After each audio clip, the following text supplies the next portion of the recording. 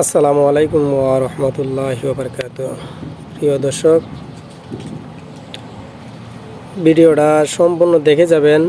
Like করা লাগবে না, শেয়ার করা লাগবে না, শুধু আপনারা দেখে যান ভিডিওটা। শহীদ শরীফ ওসমান হাদি ভাই জীবিত থাকাকালীন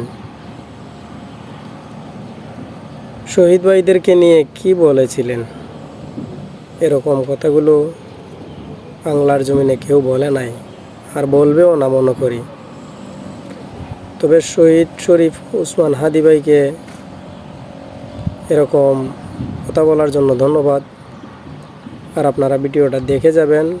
শহীদ শরীফ ওসমান হাদি ভাইয়ের ভিডিও কি বলেছিলেন জুলাই যোদ্ধাদেরকে নিয়ে।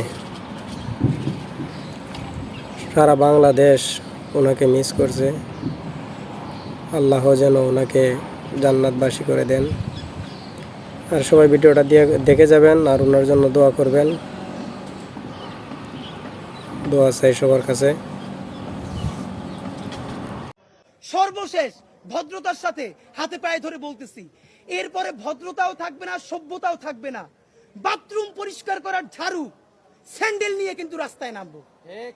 যদি আমাদের জীবনই চলে যায়, শহীদদের পরিবারে যদি আবারও গণহত্যা চালানো হয়, আমার যেই ভাইয়ের একটা চোখ অন্ধ হয়ে গেছে, বাকি চোখটাও যদি অন্ধ হয়ে যায়, ইন্টারিম শুদ্ধ কিন্তু বাংলাদেশে রক্তের বন্যা বয়ে যাবে বললাম।